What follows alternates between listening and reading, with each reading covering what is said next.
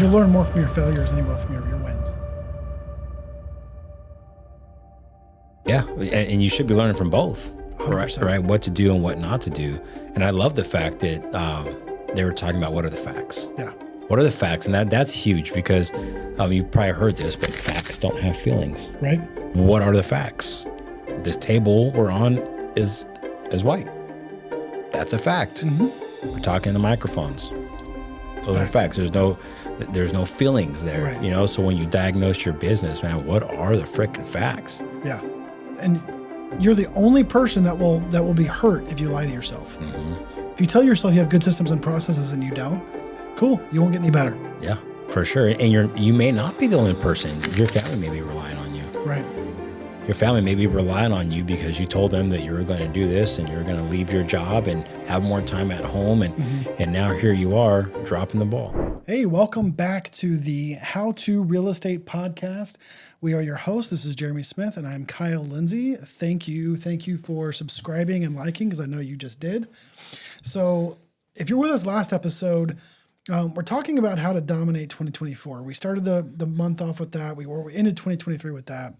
And now we're talking, kind of really diving in a little bit deeper, because we want to give you guys some real tactical things, have a little conversation around what it really takes to be successful. So last episode, we went over training.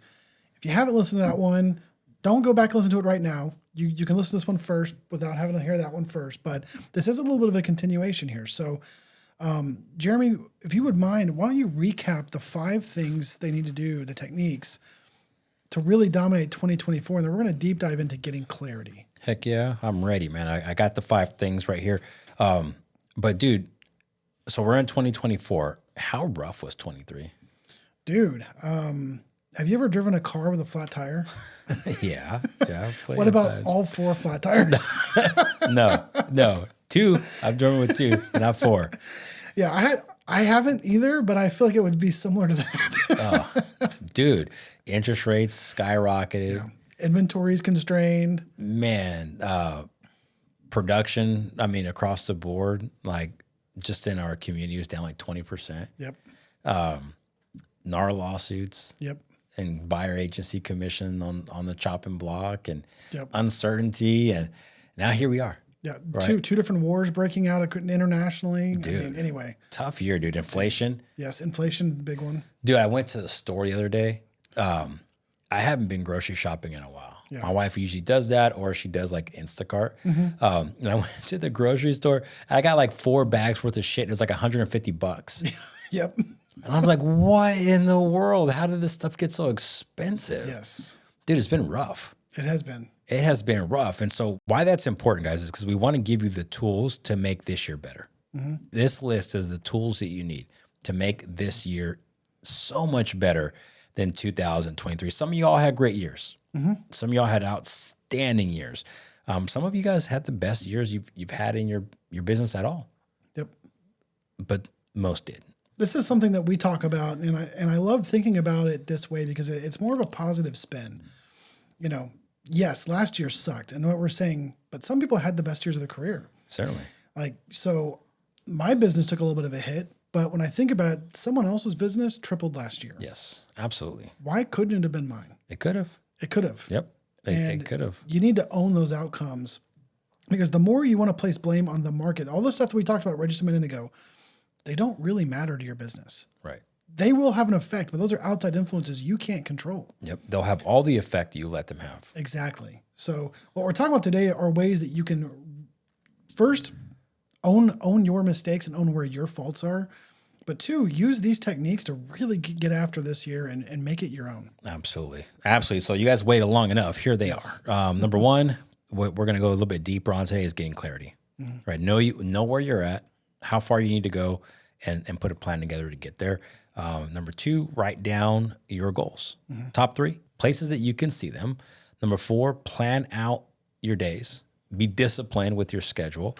Remove and distance yourself from all forms of negativity. Mm-hmm. All forms. Yes. Right. That means people. That means music. That means TV.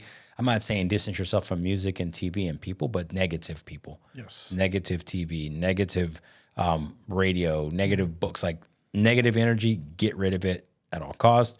And then lastly, this is what we went deep on last episode is training like your life depends on it, because the life of your business absolutely does. So lack of training equals lack of business. More training equals more business. They're just one and the same. So that's the recap real quick. Go back and listen to the last episode if you want to learn more on training. But without further ado, let's talk about number one and number two here. We're going to lump them together. So identify how far you need to go, which really getting clarity, and then how to stay in alignment with your goals. Yeah, this is something we don't do enough. Now, we've talked about business planning, and we've had a few episodes on that, but what we really don't, I'm really glad we're doing this because we don't really dive into this part of it. Because if you don't know where your gaps are, or the gap in between where you are and where you want to go, you're really not going to get a good plan together. Yep. So I love the fact that you really need to ask yourself some really good questions and be honest with yourself, because if you're not honest with where you are now, you're only hurting yourself, and you can't get a great plan together if you're not honest with yourself now. So what kind of questions, like when you're really thinking about how to identify where I am now, like how do you think about that? Man, that requires a bit of humility, and no ego. Because if you're not honest with yourself, like you're not going to get a solid plan, right? Because you're formulating a plan based off of a lie. And the best way I can describe that is a weight loss journey. Like you say you need to lose, somebody says they need to lose weight. What is usually the precipice for them saying that word?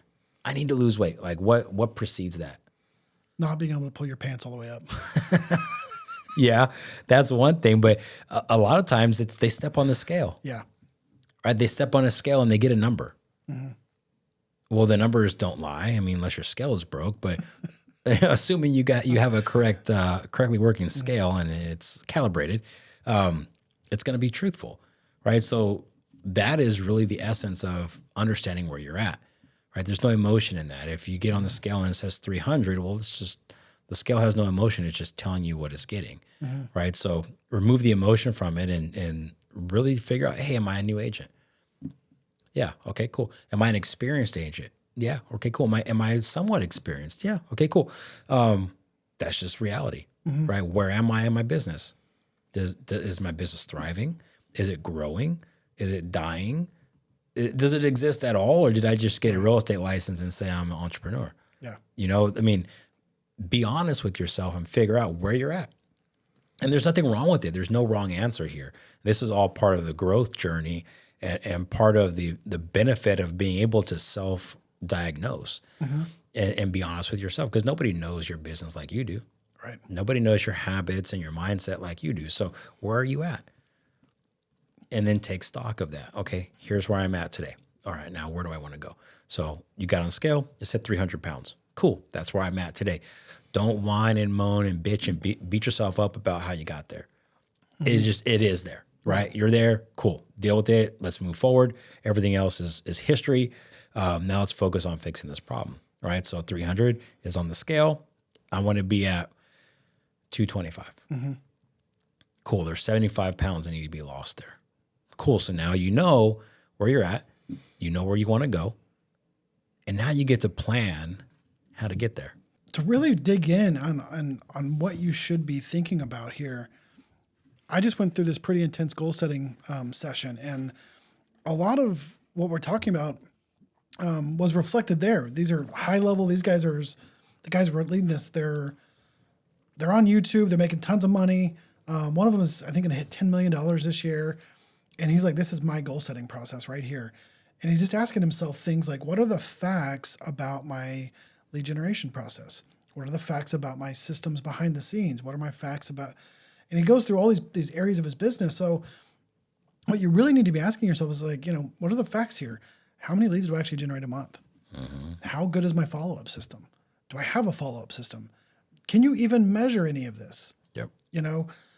What are the facts about where I get my leads? What are the facts about, I'm drawing blanks here all of a sudden, but where is my business right now? Do I even have any systems or processes, or I'm just like bouncing around and whatever floats my way is what I do? So I think really digging in and realizing not just like the scoreboard numbers, because those are the easy ones. Like how many closings did I get last year? Well, it's really easy to say, well, I had 5 this year and I want to get a 15 next year. Okay, let's really dig into that. Why did you get 5? How did you get those 5? Why didn't you have 15? What systems and processes do you have to get those 5 that you might think you need to change or grow to get to 15? You got to dig into a lot of different parts of your business here and get real clarity on what needs to improve. Yeah. And also on that, what opportunities did I not capitalize on? It's a great one. Yeah. Like okay, if I had 5 last year and I want to get to 15 this year, cool. Where do those 5 come from? How many did I lose? That's a great question.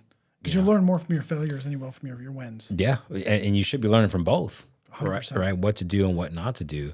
And I love the fact that they were talking about what are the facts. Yeah. What are the facts? And that's huge because you've probably heard this, but facts don't have feelings. Right. Right. What are the facts? This table we're on is white. That's a fact. Mm-hmm. We're talking the microphones. Those are facts. There's no feelings there. Right. So when you diagnose your business, man, what are the frickin' facts? Yeah. And you're the only person that will be hurt if you lie to yourself. Mm-hmm. If you tell yourself you have good systems and processes and you don't, cool, you won't get any better. Yeah, for sure. And you may not be the only person. Your family may be relying on you. Right. Your family may be relying on you because you told them that you were going to do this and you're going to leave your job and have more time at home. And now here you are dropping the ball. Yeah. And this is not an easy process. This was like a 3-day goal setting seminar. And then there was homework afterwards where they demonstrated like one part of what you had to do and you had to do the rest on your own. Anyway, it was intense. And what it made me realize, honestly, is that my systems and processes weren't where I thought they were. When I really dug into it and started asking myself, what are the facts about this? So, and that's sometimes hard for a guy like me to really stomach is looking at it and being like, oh crap, like, yeah, I'm not nearly as good as I thought I was at these things. Right. Here are some areas where I actually excel a little bit more than I thought I did, and some areas where I'm actually kind of sucking more than I thought I did. Right. But now I have a plan to make those better. Yeah. And I love that because you can reflect and be like, you know what? I'm not as good as I thought I was yet. Right now. Mm-hmm. Because you can get better. Yeah. And the great news about that is, now I know what I need to fix. Yeah. And you might realize, okay, cool. This is something I've stuck at for a long time. I need to hire someone to make sure that it gets done correctly. And I'm not the right person to do this. Yep. I've been recently going through a lot of learning on technology, and I used to tell myself a story. I can't learn technology. And I'll be honest, it's still challenging for me to learn. Like it's just challenging, but it's getting easier. Yeah.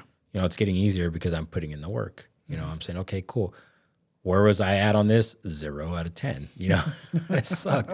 My marketing was horrible. Right.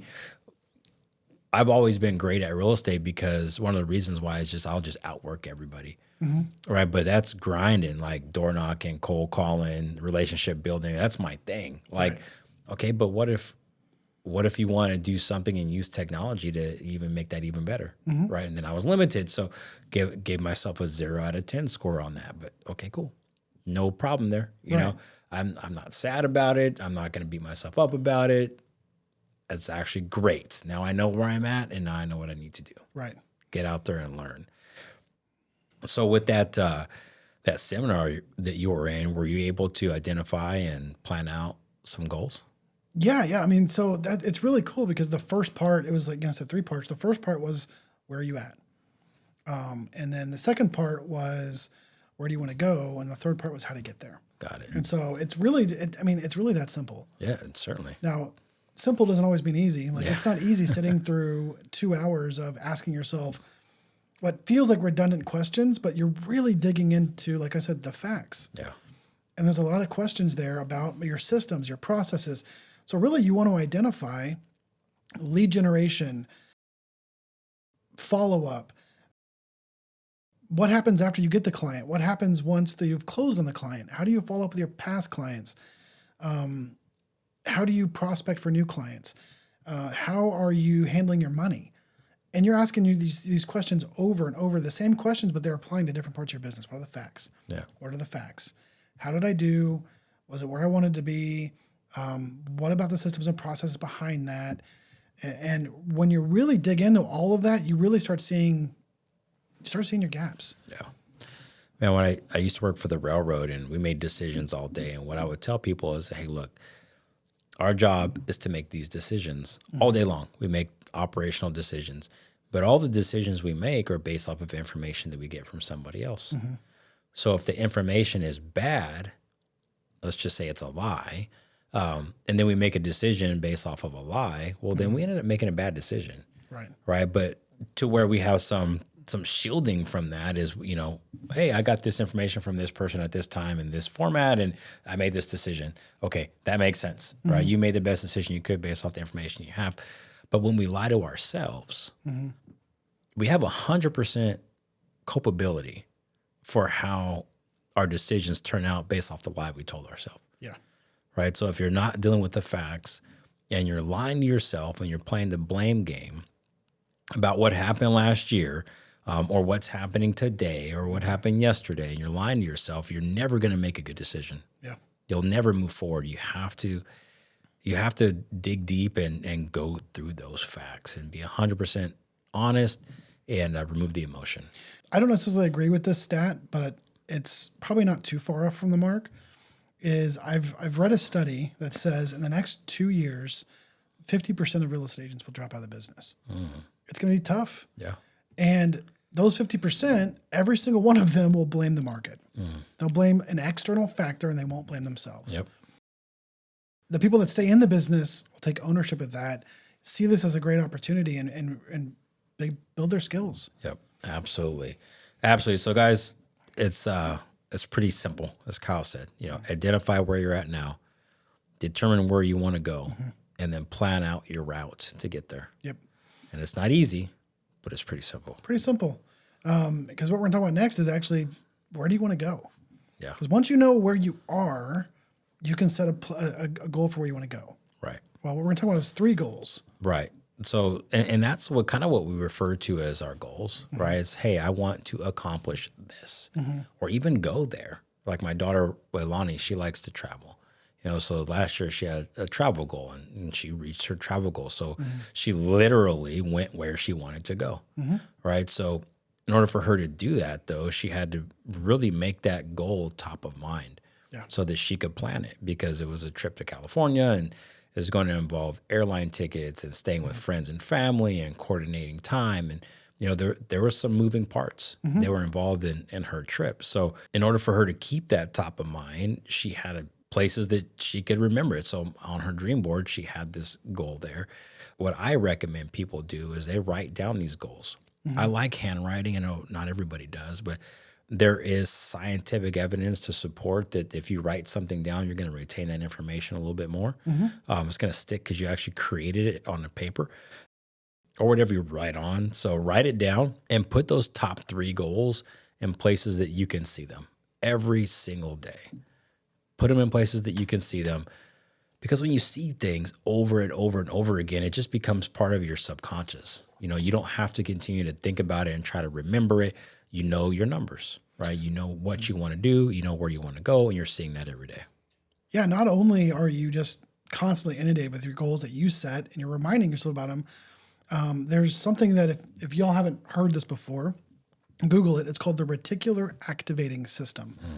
And what that basically is that phenomenon is you're driving around and you've never noticed a certain car. We'll say it a Chevy truck. And all of a sudden you're in the market for trucks and you go and you I don't know why you would, but you choose a Chevy truck and that's the one you bought. Now, all of a sudden, whenever you're driving around, all you see are Chevy trucks. Same thing. When you're in real estate, it feels like when I drive around, all I see are other real estate signs. Most people probably don't even notice them. Yep. But I feel like that's all I see is realtors' stickers in their cars, their wraps, their billboards, their signs, their open house signs.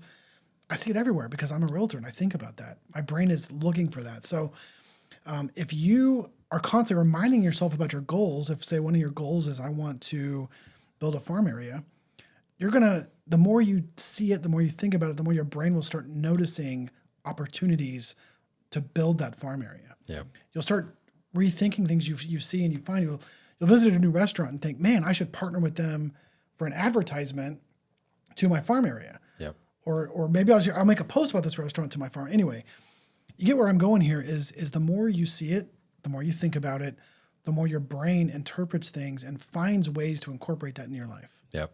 I agree 100%, man. I've heard it described as like your brain tells your eyes what to see. Yeah. And so the more you're thinking about those things, of course, the more your eyes physically are looking for that and identifying those things. Yeah. It's crazy how that the brain works, man. It really is such an interesting being able to trick your own brain is such an interesting topic. Like maybe we should do a whole episode on tricking your own brain to be a better real estate agent. Dude, there's a lot behind that. Yeah. The neuroscience stuff. I love that stuff.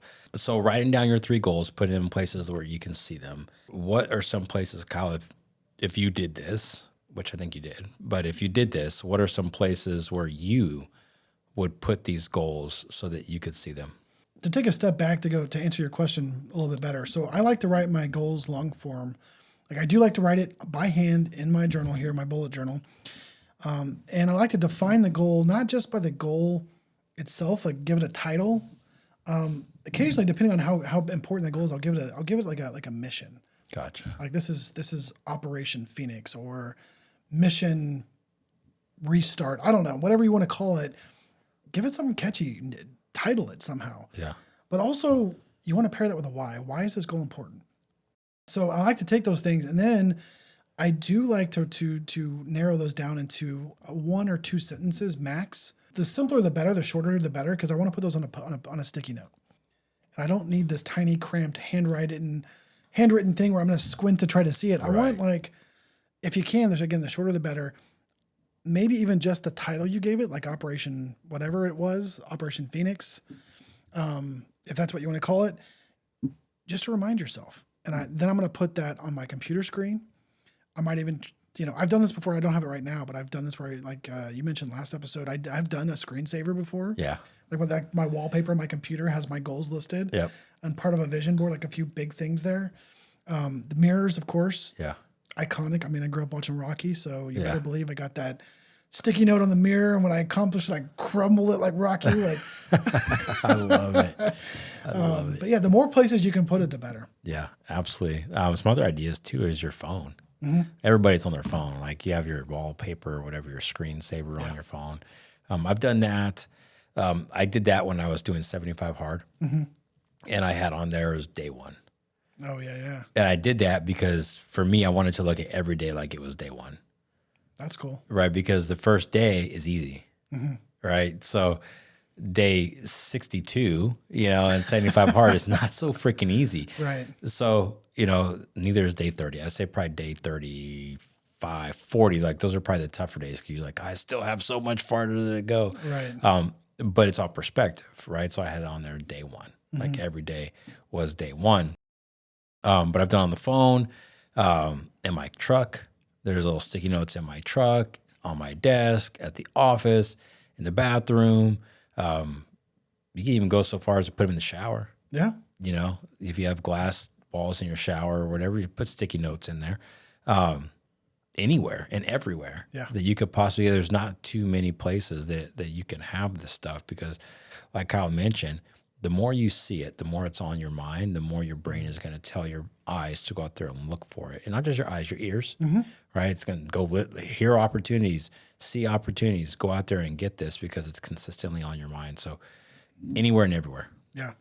And along those lines too, the more you see it, the more you believe it's possible. Yeah. It's become part of you. Yep. So, and you take that on as an identity. Like I am the agent that goes out and does 60 transactions, or I am the agent cold calls 3 hours a day, or whatever your goal is to accomplish. Write it down, and it becomes part of you that way. Yeah. So taking a step back though from this, because I think we've beaten this dead horse a little bit. How do you set those goals? How do you narrow those down? Because how do you go from where I know I am today to going to how do you define where I want to go? Man, it's such a personal decision. I like to group my goals into business goals, family, relationship goals, spiritual goals, and health goals. Like those are my my 4 categories that I like. And so I just figure out, hey, what's most important in each one of those categories. And a lot of times, especially like in your relationship categories, if you fix or you improve your relationship with like the main person in your life, it tends to have a positive impact on the relationship with everybody else. Right? Same thing for me, like with my faith. Like the more I am digging into my faith and increasing my relationship with God, then that just has a positive impact in other areas, right? So it'll spill over into other areas. But I would say compartmentalize your categories, or categorize your categories as they should be because they're categories. But pick something, 1 or 2 from each one of those, and then get after it. I also recommend writing them down every day, even though you have them in different places around your house or places where you are. Writing them down every single day is a good one too. And I like what you said. I heard Grant Cardone say something like this before, where he writes his goals down as if they're already done. Oh yeah. Like, hey, I have sold 15 homes a month, or I have amassed $500,000 in the bank, or whatever I have lost 70 pounds. Right. You're writing it down. And the positive, because that has an impact on your thoughts. Big time. And thoughts become things. Yes. Right. So that's what I would say about, how to pick them. But it's really individual. Like, what do you want most out of life? What's important to you? What are the things that move you? What is your why? And we're all gonna have different things, maybe a little bit similar. A lot of our why is our family, which I would say all boils down to a word called love. You're doing it out of love. Some are doing it out of basic human needs, like the need for significance. Some people are acting on that. So all that to say, choose what's right for you. To sit down and figure out what you want in each one of those categories and pick it. Yeah, I love that method. That's, I think when you can really compartmentalize it like that, I mean, like you're right, they're not silos. They don't not affect each other. Yeah. But it makes it so much easier to focus. Okay, well, what are my spiritual goals, my family goals, my health goals? Yeah. Now, I do think with that caveat, you could have too many goals. You can. And that's also proven that when you focus on too many things, nothing really gets done. So be careful of writing more than, I would say, 2 or 3 goals per category. Yeah. And don't have too many categories either. Don't. Well, I can break faith into 4 categories and health into 6 categories. And now I got 3 goals over 18 categories. Don't do that. Yeah. Stay to 4, maybe 5 categories in your life, 2 or 3 goals each, but try to keep them as simple. And when they can overlap, even better. Yeah. Now, another way that I like to simplify it as well, if you're still having trouble with this, is list a bunch of goals. Like, let's say you're thinking about your business and you're not sure what goals to write. List a bunch of them, 20, 30, 40 goals, however many you can think of, and then just start eliminating. Because really you can't really commit to more than 2 or 3 at a time, especially if they're brand new skills you're trying to learn at the same time. Like you're going to this training to learn how to cold call, and that's one of your big goals. Well, if you're incorporating a brand new skill, that's going to take time. Like, be realistic about that. Doesn't mean you still can't do it. It just means be cognizant of what you're committing to. Maybe this quarter you only do 2 business goals and you stay with 2 or 3 in the other categories as well. So be ruthless. Eliminate everything until you can really get down to 2 or 3. That doesn't mean you're not going to accomplish the other goals. It just means maybe they wait till next quarter. And you just get 2 or 3 more off that list. Absolutely. You can, prioritizing is huge. Also, I guess having an understanding of how much effort it's going to take, because you could have a small goal. Hey, my goal is to, deliver this gift to a client. Right. Cool. 30 minutes. Bam. You accomplish your goal. If it only takes 30 minutes, it probably should have just been a task. Right. Exactly. It absolutely should be a task. Done for the quarter. But you'll hear people do that. They'll make those types of goals, and then they're like, oh, I made 1 or 2 goals. And they're like, okay, well, that could be done today. Right. Like, okay, that's a task, and set bigger goals. But I love it, man. I think goal setting is absolutely critical. You shouldn't wait till the new year to do it. No. In my opinion, it shouldn't be a New Year's resolution. You're doing this because of the new year. You should be doing this the moment you see something that needs improvement. Yeah. that's when you should be setting those goals. 100%. Yeah. This is a continual thing. Like, yeah, you're never done planning. You're never done setting goals, reevaluating them. So, most businesses work off a quarterly basis. At least do that. Yeah. At least reevaluate your goals and what you've accomplished. But honestly, once you accomplish one of the goals, if it only took you a month and you thought it was going to take a quarter, put a new goal in place. Yep. Absolutely. Keep them stacked. All right, guys. Well, that is all we have for this episode of goal setting. Identifying where you're at, where you want to go, mapping out your plan to get there, and then setting those goals and staying in front of them, keeping them top of mind, and keeping your awareness level very high on those goals. We thank you guys for listening. We really appreciate you guys. Don't forget to subscribe. Yep. Hit the like, follow us, share the podcast with other folks, comment below.